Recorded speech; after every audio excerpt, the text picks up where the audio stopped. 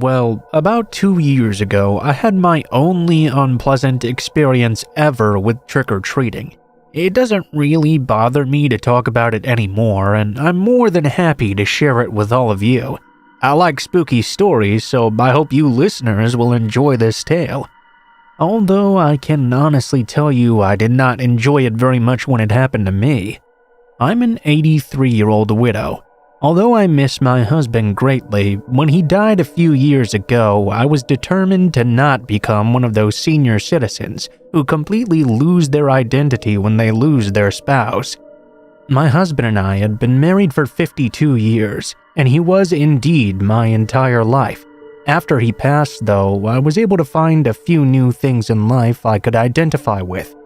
I was successful in finding new hobbies and making new connections with new people. One of the things I found I enjoyed more than anything was interacting with trick-or-treaters on Halloween. I have more than a substantial nest egg, so I was able to afford just about anything I could want. When Halloween came around, this meant I went all out with my candy. I'm sure if you've ever been trick-or-treating, you've been happy to find those houses that give away miniature or bite-sized candy bars.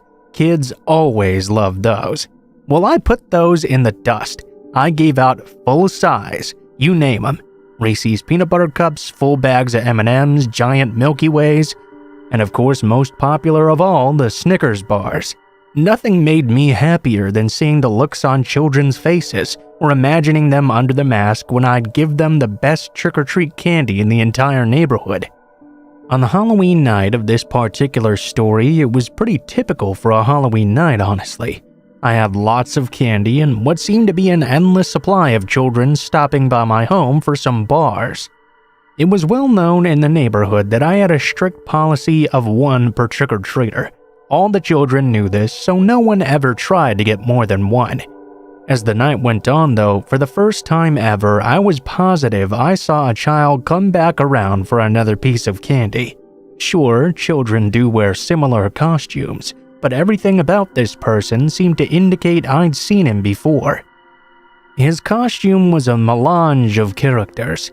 He was short, about 4 feet tall, and had on a hockey mask, a part of a pirate costume, and carried his plastic jack-o'-lantern in what looked like a cheaply made Freddy Krueger glove. Needless to say, it was very unlikely any two children would have constructed such a makeshift costume. This was the first time in years I'd actually had a trick-or-treater try to cheat the system and grab an extra piece. Still though, he's just a kid, so I let it slide and gave the lad a second bar. It was quite possible it was someone different and the costume was some sort of trend or perhaps based on some new scary movie character I didn't know about. Honestly, I was impressed with the effort as well. Jason from Friday the 13th, Freddy Krueger, those were the two most modern characters I knew about. About 20 minutes after the boy had come back for the second bar, a child seeming near identical to him came back around for a third time. This time, I was absolutely positive it was him. This time, he was with a different group of kids, carrying the exact same purple jack-o'-lantern bucket he'd had the previous 2 times. When he came up to me, I looked inside and saw he only had those 2 full-size candy bars in the bucket. Now, young man, I already broke my rule for you once and gave you an extra bar. I wagged my finger at him. It wouldn't be fair if I gave you another one, now would it? The boy didn't answer. He just continued to hold his bucket out, expecting a third piece of candy. When I told him I couldn't give him anything else because it wouldn't be fair to the other kids around, the boy set his pumpkin down on my porch. He took his hand with the Freddy Krueger glove and brandished the blades at me. He waved the individual fingers one by one. Now, no need to get like that. You've already had 2 bars. Run along now, child. He paused for a moment. The boy then took his hand and actually swiped the glove at me. It caught on my arm, and to my surprise, it actually cut me. Luckily, he hadn't managed to slice me very deep. The glove had looked so cheap, probably because it was a real one that he had made himself with the real knives he had found. I screamed in pain and dropped the bowl of candy on the ground as I grabbed my now bleeding arm. The boy began to scoop out the candy of my bowl and slam it into his bucket. After finishing taking everything, he looked up at me and lifted his mask. I could see this person was not a child at all. He was a short man, unshaved, and his face seemed to look like he was in his 40s. He smiled at me, and I could see he had at least one gold-capped tooth in his smile. He lowered his mask once more and ran off giggling. The cuts were superficial, so that at least was good, but the experience itself was rather traumatic. Fortunately, the police caught the guy not long after. It seemed he had been doing this to other houses in another town before, so I was lucky that way, I guess. When you're short with one gold tooth in a small town, you tend to stand out in the crowd. They caught him, and I'm much happier that way. I still give out candy bars and still enjoy trick-or-treaters. However, now when someone asks me for a second bar, I just give it to them.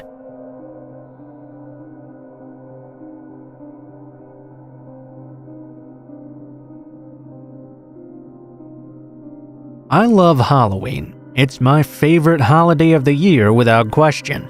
I love everything about it. I love the ghost stories, monsters, scary movies, and I love graveyards as well.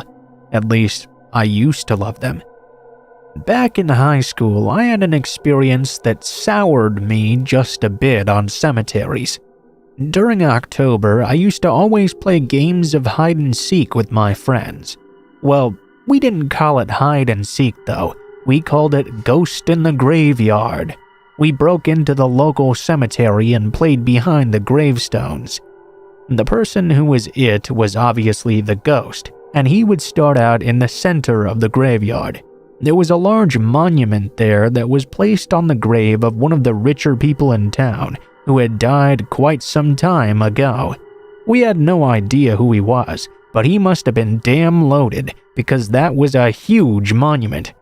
The others would spread out and hide behind the gravestones in the graveyard. We used the entire cemetery, so there was plenty of room for us to hide. This meant that one round of the game could last for a really long time. When the ghost found you and he had to actually see you, first you had to run back to the monument in order to be safe. If you were caught though, you didn't become it necessarily. We said that you died and sat out the next round. The people who made it back to base would go again. This would of course continue until everyone died, and the last person to die got to pick who would be the ghost for the next round. I was 16, and we were playing the game on Halloween night. It was a very cold night out. It was so cold I had to wear a jacket and even a thick pair of gloves. I was actually in a bit of a good mood because there was this girl named Angela who was tagging along with us. As you might have guessed, I was really interested in Angela, so I was trying to show off a bit. You know, running as fast as I can. During the early rounds, I even jumped over some high gravestones, trying to show off clearing them easily. I would strut around the base, rubbing it in the nose of the ghost that he could never catch me. Looking back, I was acting like a complete dumbass, but I was really hoping to get somewhere with Angela. After about 4 rounds of the game, only me and one of the guys were left uncaught.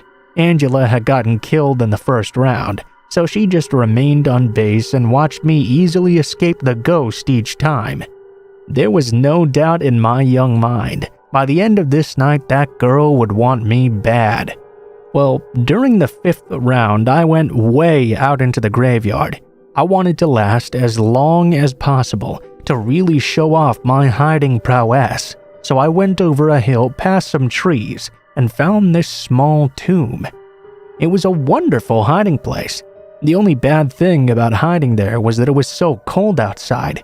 I was having some trouble keeping myself warmed up, even through my jacket and gloves. I was just standing there shivering.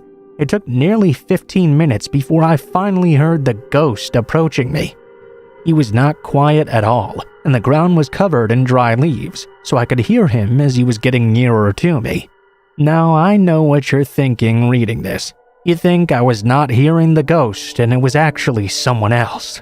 But that's not what was going on. I heard the ghost talking and trying to coax me out of my hiding place. And I knew that voice. It was the voice of my buddy, who had failed to grab me all the previous rounds. I tried moving into a position in which I could sprint more easily once he found me. Unfortunately, my movement caused a shuffling in the leaves, and I heard the noise of my buddy's feet stop. I cursed my mind for giving away my position. I heard the footsteps begin again, and they were coming right towards me. My buddy was whistling at this point. I couldn't just run though, because the ghost had to actually spot you before you could go away. And that was why the element of surprise was so important in this game. I heard my breathing speed up, and I braced myself to jolt past right when he found me.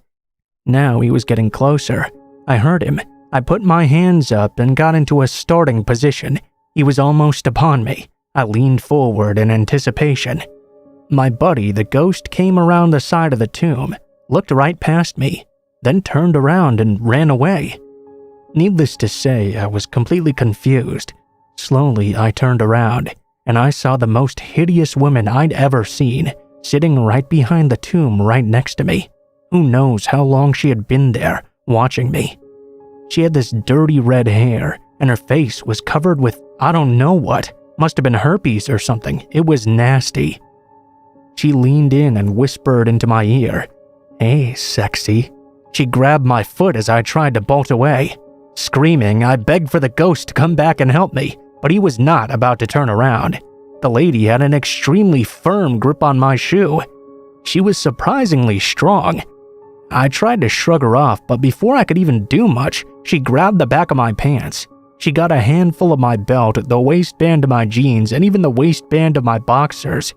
She was crying at me, mumbling a bunch of words I couldn't even understand. I tried to pull away from her, but her grip was just way too strong. I tried to kick her, but when I looked back, I could see her holding this little fillet knife. I nearly shit myself. Having no other option to escape this nasty person who wanted God knows what, I undid my belt and zipper. She pulled my jeans and boxers down to my ankles. She had such a good hold on them they came right off easily. I felt her cut my leg with a knife, and then she whispered that she was going to cut it all off. I freaked out and kicked her in the face. My pants and my underwear came off in her grip, naked from the waist down, and with only one shoe. I didn't give a fuck. I ran away as fast as I could.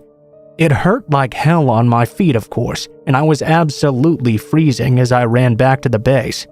When I arrived, everyone was shocked to see me naked from the waist down.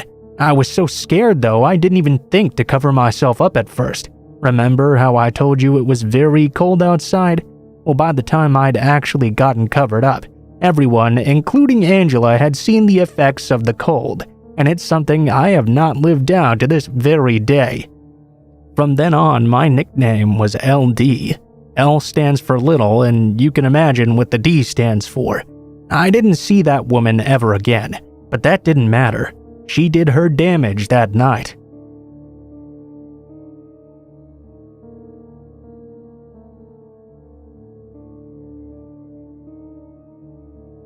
I live way out in the country in Ohio, actually. My husband and I moved out here shortly after we were married. It was how I wanted to live. It was at least an hour drive away from town. There were other neighbors on the ridge too, but we were all set very far apart. Generally, they were all down long dirt roads that were connected to one main road. Our house was on top of a hill, up a small dirt road that was about 100 yards away from that main road. Honestly, most of the roads really only served as long driveways because they led to one house. Ours wasn't as long as some of the others, and you could see the main road from our front door. That was pretty normal for the area. My husband worked on a boat on the Ohio River and would often be gone for days at a time. It didn't really bother me though, as I had a lot of time to myself and he made some pretty good money. Plus, whenever he was not working, that meant we had a lot more time to spend with each other.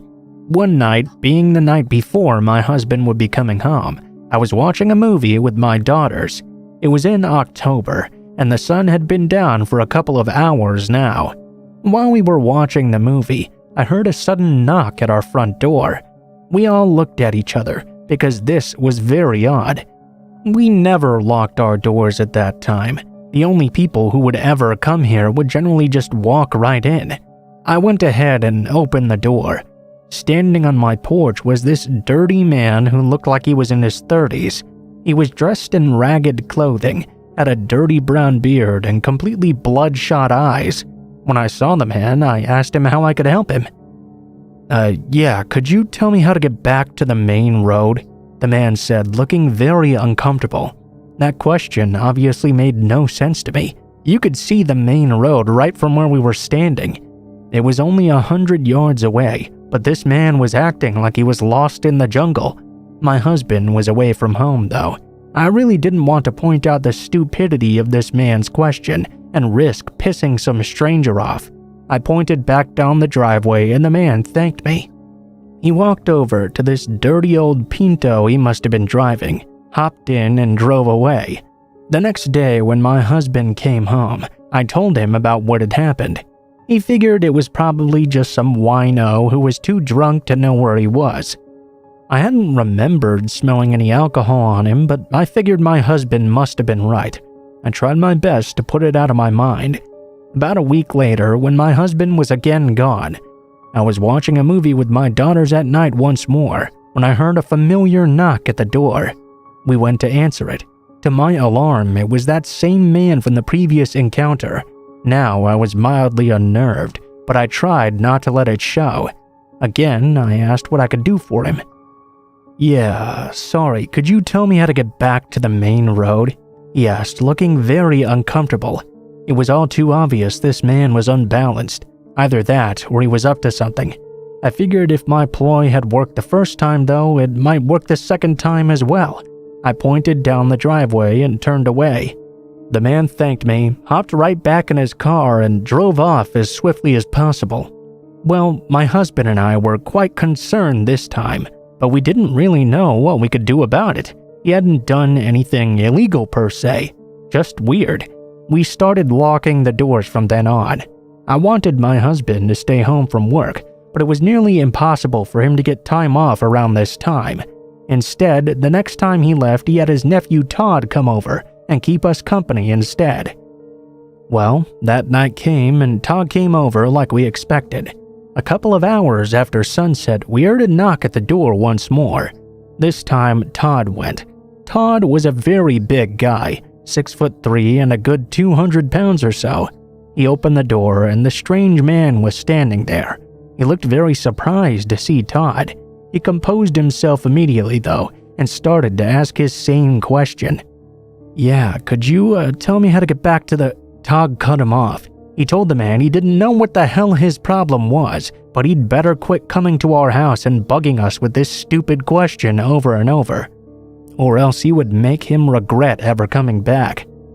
The man, who had previously looked very nervous every time he came to the door, suddenly didn't look nervous at all. He stood up straight, and with lightning-fast reflexes, grabbed a knife out of his jacket and made to stab. He caught Todd good on the arm, and Todd fell backwards. I was close enough by the door that I was able to slam it in the man's face and lock it luckily. He looked in through the window and began to tap his knife against it a few times. He smiled at me as he tapped it once more. He walked over to the front window of the house and looked inside. The man smiled all the while as he curved his head to look at me in front of the door. After a moment, he came back to the door and began to tap his knife against it repeatedly. This completely freaked me out. I finally got up the courage to ask him what he really wanted. Yeah. Could you tell me how to get back to the main road?" the man asked once more. I was completely thrown off. It was the strangest situation I'd ever been in. After what had just happened, he went right back to pretending to be some innocent stranger. I kneeled down beside Todd as my daughters ran to call 911. I simply pointed down the main road through the window. The man thanked me through the door, walked over to his car, and drove away. He never came back after. I have no explanation for the man's weird behavior, and the police never caught him either. Other than the answer to his question, I have no idea what he wanted. But it's the fact that I don't know that's the scariest part of this whole thing.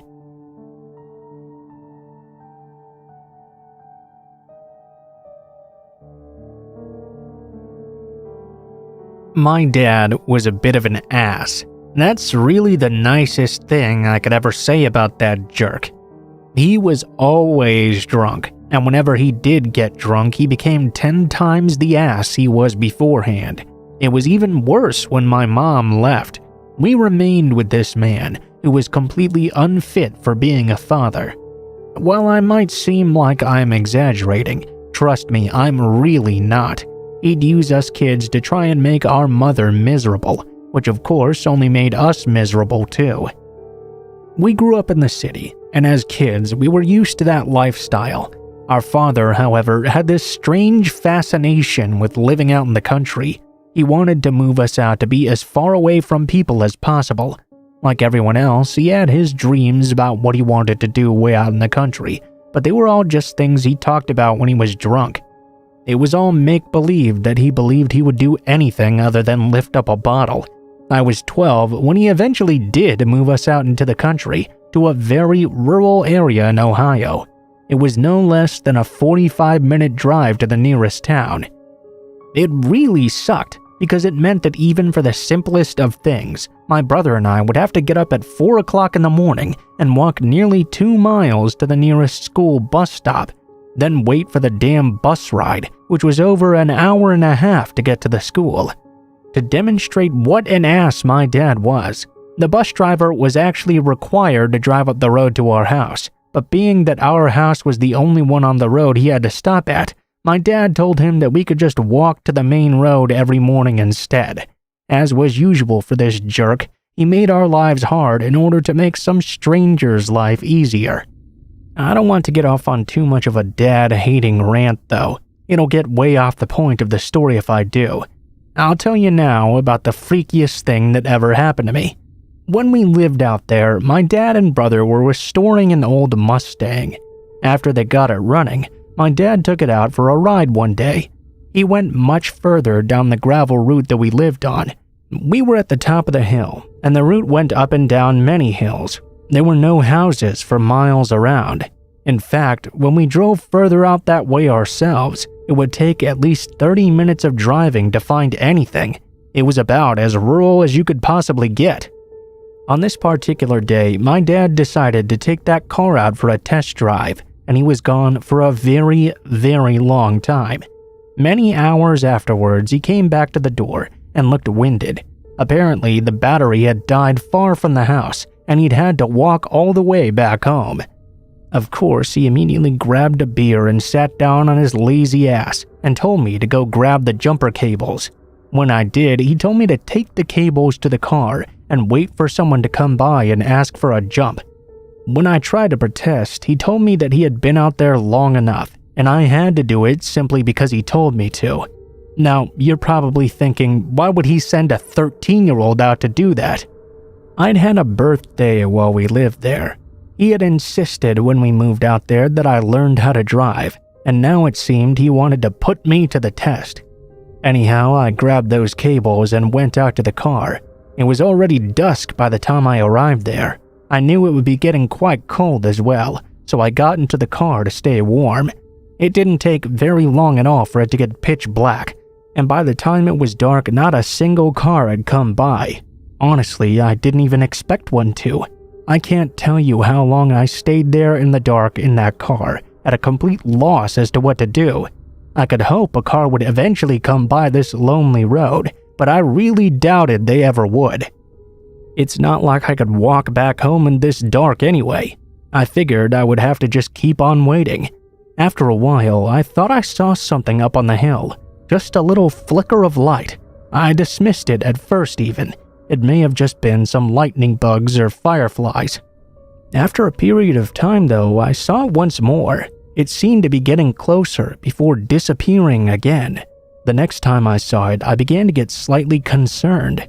When the light finally got a bit closer, I could see it seemed to be another person. I squandered my breath. Although I would have welcomed a car to give me a jump, someone walking alone in the woods at this time of night was not someone I wanted anything to do with. As a precaution, I manually locked the doors of the car and lowered myself down into the seat. I remained there in that car for a while, trying to be quiet and remain unnoticed. I guess it was kind of silly, because even if I wasn't seen, it would look weird with an abandoned car just sitting out there. At least 30 minutes had passed at this point. I thought I was in the clear. I began to wonder what I was going to do next, when I began to hear it, a tapping noise. I looked over to the driver's window to see what it was coming from. At first, I saw nothing. Then I saw 2 fingers slowly rise from underneath into view as they tapped on the window before retreating down once more. Whoever this was, they must have decided to mess with me. I waited for a while, looking at the passenger window for a bit, wondering what was going to happen next. After a while, I finally saw 2 fingers emerged. They looked like they were about to walk along the window tapping, but they stopped. I heard the tapping again, only this time it was behind me. I jumped out of my skin, since my back was facing that door. I saw a second hand sneaking out from underneath. Apparently, the people who were out there were extremely amused because I could now hear some raucous laughing. I kept an eye on both windows as well as I possibly could, for the hands now began to tap simultaneously on both of them.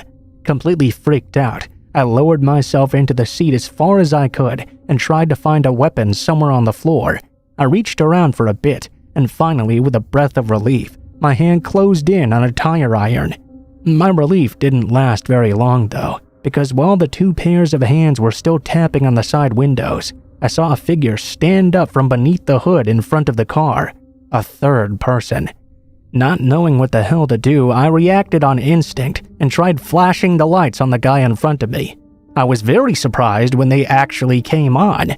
They didn't just come on though, they completely lit up. When I pulled them back, the high beams came on too. Well, color me shocked. I put the key in the ignition and the damn car started up perfectly. In the moment, I didn't want to think about why my dad had tricked me. I just put the car into drive and hit the gas.